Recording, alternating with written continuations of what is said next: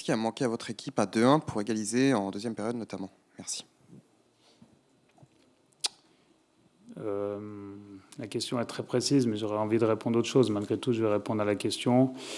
Je pense la manière dont on menait nos actions ne nous a pas permis du coup d'aller au bout. On s'est créé au final très peu de situations très franches. On a eu surtout une situation pour revenir à 2 partout lorsqu'il y a une remise de la tête qui est interceptée. Mais voilà, on a eu du mal à développer notre jeu en deuxième mi-temps, à attaquer la profondeur. Mais bon, je suis aussi assez conscient du match qu'ont fait nos adversaires pour nous empêcher à revenir dans notre match.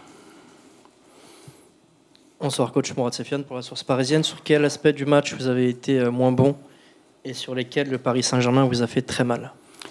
Je pense qu'on a été moins bon dans l'application des principes collectifs qui auraient dû nous animer sur le premier quart d'heure, puisqu'on avait pris des options sur la manière de défendre qu'on n'a pas appliquées. Et ça s'est du coup orienté vers des décisions individuelles. Donc forcément, les partenaires avaient du mal à se coordonner avec ce genre de choses. Et c'est dommage puisqu'on est plutôt une équipe qui a l'habitude de faire les choses ensemble, que ce soit offensivement et défensivement. Et le fait d'ouvrir les couloirs intérieurs en faisant dézoner nos latéraux a permis de mettre Paris sur une chose qu'ils font très bien. Et du coup, les 2 premiers buts viennent un peu de cette manière-là, alors qu'on n'avait pas prévu de faire ça. Et quand on a pressé leur défense à 3, lorsqu'ils passaient à 3 en phase offensive avec nos relayeurs, bizarrement, c'est comme ça qu'on a marqué le but pour revenir à 2-1 suite à un pressing de Corentin Tolisso. Bonsoir Pierre, Hugo Guillemet au journal L'Équipe. Tu avais décidé de revenir à ton trio au milieu de terrain. Ils n'ont pas vu le ballon, ils n'ont pas trop apporté de sécurité non plus défensivement. Est-ce que tu regrettes ce choix et pourquoi tu as fait ce choix et qu'est-ce qui n'a pas fonctionné du coup? De toute manière, je pense que l'équipe n'a pas vu beaucoup le ballon parce qu'il me semble qu'on a 30% de possession, mais ça va dans le sens de ce que je viens d'évoquer. On avait choisi cette option pour vraiment presser notre adversaire et on ne l'a pas appliquée. Et dans tous les cas, c'est une équipe de toute manière qui est très très bonne dans le contre-pressing. Ils ont à la fois une grosse capacité à garder la balle et à contre-presser dès qu'ils la perdent. Et face à ce genre de choses, il faut faire un match parfait. Et nous avons fait un match imparfait. Et c'est pour ça qu'on n'a pas pu rivaliser ce soir face à cette belle équipe. Bonsoir coach. Vous parliez justement de votre premier caractère qui a été quelque peu compliqué. Vous souhaitiez mettre plein de choses en place. Vous avez pas réussi. Qu'est-ce que c'est? C'est un manque de concentration de la part de vos joueurs, un manque de fraîcheur physique, ou alors que le PSG était trop au-dessus de votre équipe? Merci. Non, je pense simplement c'est... Vous savez, dans le football, s'il n'y a pas une idée commune qui anime l'équipe, c'est compliqué de jouer ensemble. Et je pense qu'on a été dans l'application de principes plutôt individuels, de décisions individuelles dans la manière de défendre qui créent des espaces à notre adversaire. Et face à une équipe de cette qualité-là, on peut faire des erreurs, mais on les paye.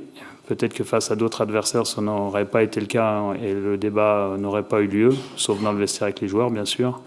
Mais voilà, je pense qu'aujourd'hui, l'idée collective qui devait nous animer sur le premier quart d'heure sur le plan défensif n'a pas été appliquée. Et selon moi, c'est une erreur. Bonsoir Pierre, ici, à ta gauche. Ouais, pardon. Jean Seguier d'RMC Sport. Pour la deuxième période, pour revenir sur cette deuxième période, est-ce que c'est un manque d'ambition ou un manque d'inspiration, selon toi? J'ai pas l'impression que ce soit un manque d'ambition, puisqu'on change les 3 joueurs offensifs à une demi-heure de la fin pour justement pousser et redonner de la profondeur. On passe en 3-4-3 de manière à pouvoir défendre plus haut, mais à ouvrir aussi des espaces. Ils auraient pu mettre le 3e but juste avant de le marquer. Et même sur le 3e but, on fait encore une erreur. Mais non, je ne pense pas que ce soit un manque d'ambition. C'est simplement un problème de rapport de force, c'est-à-dire qu'on était face à un adversaire de grande qualité ce soir et il aurait fallu faire un meilleur match pour rivaliser. On n'a pas été à la hauteur de l'exigence de ce match-là et notamment ça se crée sur le scénario de la première mi-temps parce qu'on a vu en fin de mi-temps lorsqu'on a poussé qu'on était capable de faire des choses quand même. Bonsoir Pierre, j'avais une question pour rester sur les changements. Est-ce que vous pouvez avoir un petit mot sur ce que vous avez voulu faire et parce qu'on a vu que ça n'a pas trop marché, et notamment c'était étonnant d'un point de vue d'observateur de voir Khalid Tchar entrer à la place d'un milieu en fin de match. Oui, l'idée c'était de pouvoir pousser nos nos deux latéraux comme des pistons et pouvoir défendre plus haut. Et du coup, on perdait malgré tout une position au milieu du terrain, dans l'axe du terrain. Et ça permettait à nos 3 joueurs offensifs d'être déchargés de certaines tâches défensives, notamment dans la largeur du terrain, puisqu'en étant à 5 en phase défensive, ça nous permettait de gérer les positions larges. Mais c'était un pari dans le sens où, en se livrant beaucoup, on ouvrait aussi des espaces. Donc voilà, pour moi, c'est un parti pris. Si ça marche, encore une fois, on se dit que c'est intéressant. Et quand ça ne marche pas, on se dit que c'était une erreur. Donc ce soir, c'était une erreur, peut-être. Je voulais revenir sur le premier quart d'heure. Vous étiez un peu bas. C'était une volonté de votre part pour prendre le Paris Saint-Germain en contre, ou alors est-ce que c'était de la fatigue par rapport non, pas du tout, au match de jeudi? Ni l'un ni l'autre. C'est pour moi la non-application des principes collectifs. On voulait défendre plus haut, on voulait que nos relayeurs sortent sur les défenseurs pour les presser et fermer les angles de passe. On voulait que nos excentrés ferment les relations avec les joueurs larges. Et du coup, on n'a pas fait ces 2 choses-là. Et ces 2 choses-là ont permis de toucher 2 fois le côté gauche du PSG, et du coup d'ouvrir le couloir intérieur de ce même côté qu'ils ont attaqué. Ils marquent une fois, ils obtiennent un penalty de cette manière-là. Donc on a payé les frais d'une chose qu'on n'a pas appliquée. Donc c'est de notre responsabilité. Pierre, une question sur Ryan Cherki. Pourquoi lui avoir donné la consigne de coller si souvent à la ligne sur l'aile gauche? Et tu parlais de très bonne fin de première période, il en est en grande partie responsable. Pourquoi il est sorti après l'heure de jeu alors qu'on sentait qu'à 2-1, c'est lui qui pouvait aussi faire la différence? Alors la consigne était effectivement qu'il élargisse le jeu, mais il n'avait pas non plus d'interdiction de venir à l'intérieur. D'ailleurs, c'est lui qui fait la passe décisive, me semble-t-il, à Georges, en étant complètement à l'intérieur du terrain.